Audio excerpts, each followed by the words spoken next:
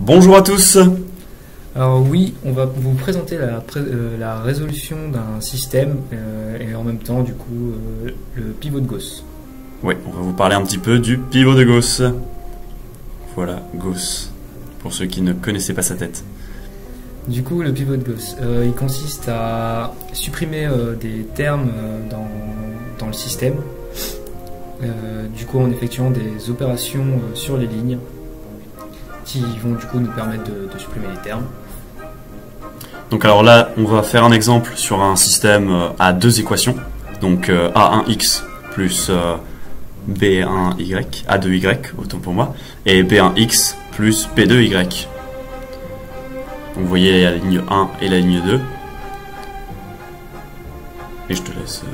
Du coup, on va effectuer, on va faire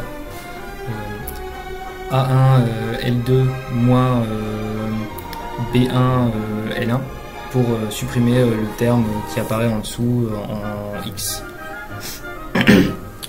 Voilà, et grâce à ça, en fait, on va réussir à supprimer de la deuxième ligne le terme X et ne laisser apparaître que le terme Y. Donc là, on l'entoure. On a une équation, en fait, uniquement exprimée avec Y.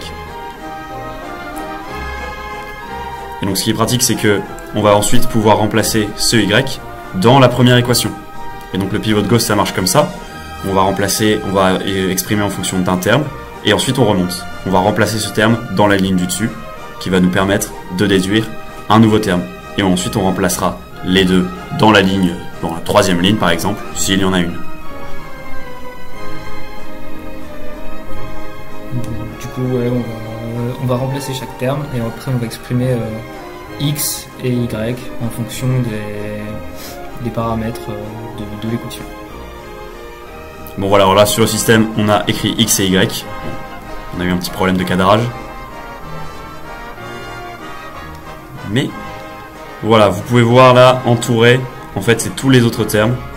Donc le A1, A2, B1, B2, C1, C2 qui permettent d'exprimer X et Y. Et donc X et Y ne s'expriment plus qu'en fonction de ces termes.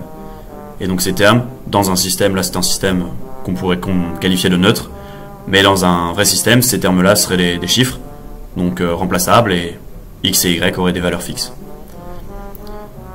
On va tout de suite, de toute façon, passer à un exemple avec justement des vrais chiffres pour permettre de bien comprendre.